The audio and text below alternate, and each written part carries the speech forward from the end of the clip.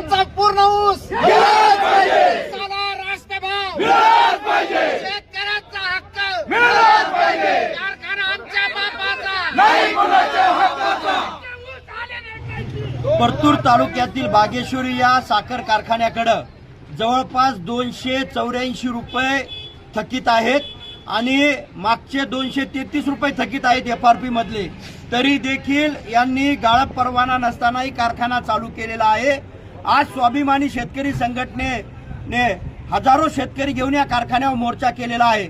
येत्या 8 दिवसामध्ये उर्वरित FRPची रक्कम जर शेतकऱ्यांच्या खात्यावर मिळाली नाही तर आदरणीय राजू शेट्टी साहेब येऊन इथे चक्काजाम आंदोलन आम्ही केल्याशिवाय राहणार नाहीत. परतूर तालुक्यातील बागेश्वरी साखर कारखाना अर्थात श्रद्धा एनर्जी प्रायव्हेट लिमिटेड या कारखान्याने मागील वर्षीचे 233 रुपये शेतकऱ्यांची FRP थकवलेली आहे.